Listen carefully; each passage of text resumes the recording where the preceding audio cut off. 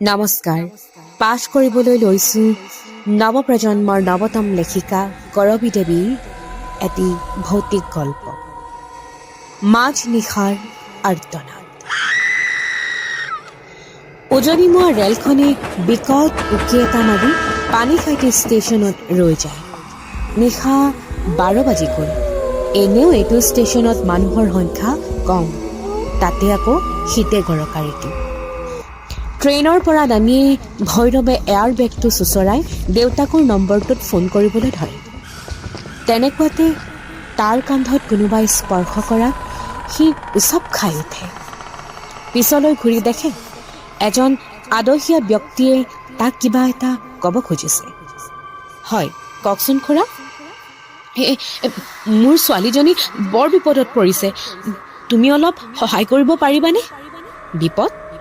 কিন্তু কি বিপদ? তাই প্ৰসৱ যাতনাত চটফটাই আছে। গিৰিয়েক বাহিৰৰ কোম্পানীত কৰ্মৰত, পলাই গৈ বিবাহপাশত আবদ্ধ হোৱাৰ বাবে শহুৱেক শাহুৱেকে ঘৰত আশ্ৰয় নিদিলে, সেয়ে মোৰ লগতে আছে। আচ্ছা, বাৰু সেইবোৰ বাদ দিয়ক, মূল কথালৈ আহক। মই কি সহায় কৰিব লাগে? মই ওচৰৰে বেজ এজনৰ পৰা পানী অলপ জাৰি আনো। তুমি মাত্ৰ মোৰ ছোৱালীজনীৰ লগত অলপ সময় থাকিলে হ'ল। আৰে, আপুনি এইবোৰ কি কৈছে? এইখিনি সময়ত তেখেতক হস্পিটেল নিয়া উচিত। বেজে কি কৰিব আকৌ? হস্পিটেল নিয়াটো নিম মানে মই যিজন বেজৰ ঘৰলৈ যাম তাতে তেওঁৰ গাড়ীখনৰ কথাও ক'ম, তেওঁৰ গাড়ীখনতে লৈ যাব পাৰিব। ভৈৰৱৰ মনটো কৰুণাৰে ভৰি পৰে। মানুহজনক অনুসৰণ কৰে সি। ৰেলৰ চিৰিটো পাৰ হৈ গৰাখহনীয়েদি তললৈ নামি দেখে আন্ধাৰত পুত যোৱা এটা সৰু জুপুৰি। আওসীৰ ঘোৰ অমানিশাৰ বাবে একোৱে মনিব নোৱাৰি ভিতৰৰ পৰা ভাহি আহিছে এগৰাকী মহিলাৰ প্ৰসৱ চিৎকাৰ।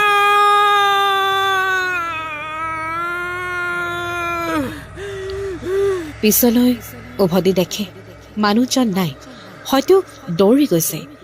সোনকালে আহি পালেই ৰক্ষা আৰু, ভাবে ভৈৰৱে। দেউতাকৰ হোৱাটছএপত সি মেছেজ এটাকে দিয়ে, দেউতা মই পালোহি, তুমি আহা। তৎক্ষণাৎ নৱজাতক এটাৰ আলসুৱা কান্দোনটো কোঠাটোৰ ভিতৰৰ পৰা ভাহি আহে। ভৈৰৱৰ হাত ভৰিবোৰ কঁপিবলৈ ধৰে। এজন ডেকা ল'ৰা হৈ এই মুহূৰ্তত সি কি কৰিব পাৰে? কলৈ নিয়া, তাক কলৈ নিয়া, মোৰ অকণমানিটোক কলৈ নিয়া, কলৈ নিয়া তুমি তাক। খন্তেক সময়ৰ পিছত মহিলা এগৰাকীৰ কাণ তালমৰা চিঞৰ এটাত ভৈৰৱে থতমত খাই ইফালে সিফালে লক্ষ্য কৰে। হঠাৎ তাৰ কাষেৰে ধূপ ধুপাই ছায়া মূৰ্তি এটা দৌৰি যায়। কেঁচুৱাকণে তাৰ কুমলীয়া মাতটোৰে একেদৰে কান্দিছে। পিছে পিছে পাৰ হৈ যায় নাৰী প্ৰতিমূৰ্তিটো। একো উৱাদিহ নাপাই ভৈৰৱো পিছে পিছে দৌৰিব ধৰে। সিহঁত পলকতে দৌৰি চিৰিটোৰ সমীপ পায়গৈ। তেনেকুৱাতে মালবাহী ট্ৰেইনখন প্ৰচণ্ড শব্দৰে উকিয়াই আহে। মুহূৰ্ততে ঘটে এটা অঘটন। কেঁচুৱাটোৰ সৈতে চিৰিটোত উজুটি খাই পৰে পুৰুষজন। সম্ভৱত কেঁচুৱাটোক বচাবলৈ খুজিয়েই মানুহগৰাকীয়েও জঁপিয়াই দিয়ে। চকুৰ সন্মুখতে ৰক্তাক্ত হৈ যোৱা শৰীৰকেইটা দেখি ভৈৰৱ ৰৈ থাকে এটা নিশ্চল প্ৰতিমূৰ্তিৰ দৰে। ভৈৰৱ, এনেকৈ চিৰিটোৰ কাষত ৰৈ কি চিন্তা কৰি আছা? হঠাৎ দেউতাকৰ মাতষাৰ শুনি ভৈৰৱ পাস্তবলৈ আহে। দেউতা, সেনেকুৱা এটা দৃশ্য দেখাৰ পিছত মই কেনেকৈ সহজ হ'ব পাৰোঁ কোৱা? কিন্তু কি দৃশ্য দেখিলা তুমি? হোৱা চোৱা দেউতা, সেইমাত্ৰ যোৱা মালবাহী ট্ৰেইনখনে মহতিয়াই লৈ গ'ল 3টাকৈ শৰীৰ। ট্ৰেইন? আৰে, মই জনাত দেখোন কোনো ট্ৰেইনে অহা নাছিল এতিয়া। ঠিক তেতিয়াই ষ্টেচন মাষ্টৰজন বাহিৰলৈ ওলাই আহে। ভৈৰৱে ঘটনাৰ সবিশেষ কোৱাত তেওঁ ক'লে, আজি এমাহৰ আগতে নাতি দূৰৈত থকা গাঁও এখনত বেজ এজনে মানুহ এজনৰ হতুৱাই নৱজাতক এটাক কিডনেপ কৰিছিল। কাৰণ সেইদিনা ঘোৰ অমানিশা আছিল। কালী সাধকজনে কালী দেৱীক সন্তুষ্ট কৰাৰ উদ্দেশ্যে নৱজাতকটোক লৈ যাবলৈ চক্ৰান্ত কৰিছিল। কিন্তু দুৰ্ভাগ্যক্ৰমে মালবাহী ট্ৰেইনখনে মহতিয়াই লৈ যায়। ছোৱালীজনীৰ দেউতাকো সেই দুখতে হাৰ্ট এটেক হৈ ঢুকায়। কিন্তু ছোৱালীজনীৰ দেউতাকে মৃত্যুৰ পূৰ্বে তান্ত্ৰিকজনৰ কথাই কৈ গৈছিল। বৰ্তমান সি জেলত।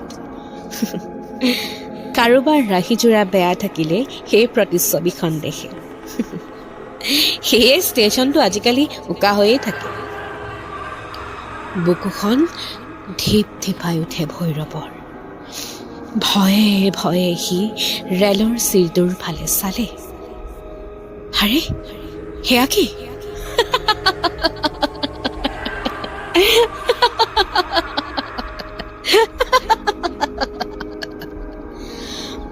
বগা ঠক ঠকীয়া কাপোৰ পিন্ধি নাতি দূৰৈৰ পৰা নাৰী মূৰ্তি এটাই তকৈ তাৰ ফালেই চাই আছে।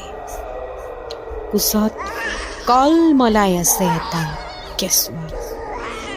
পুনৰ ভাহি আহিছে মালবাহী ট্ৰেইনখন শব্দ। ধন্যবাদ।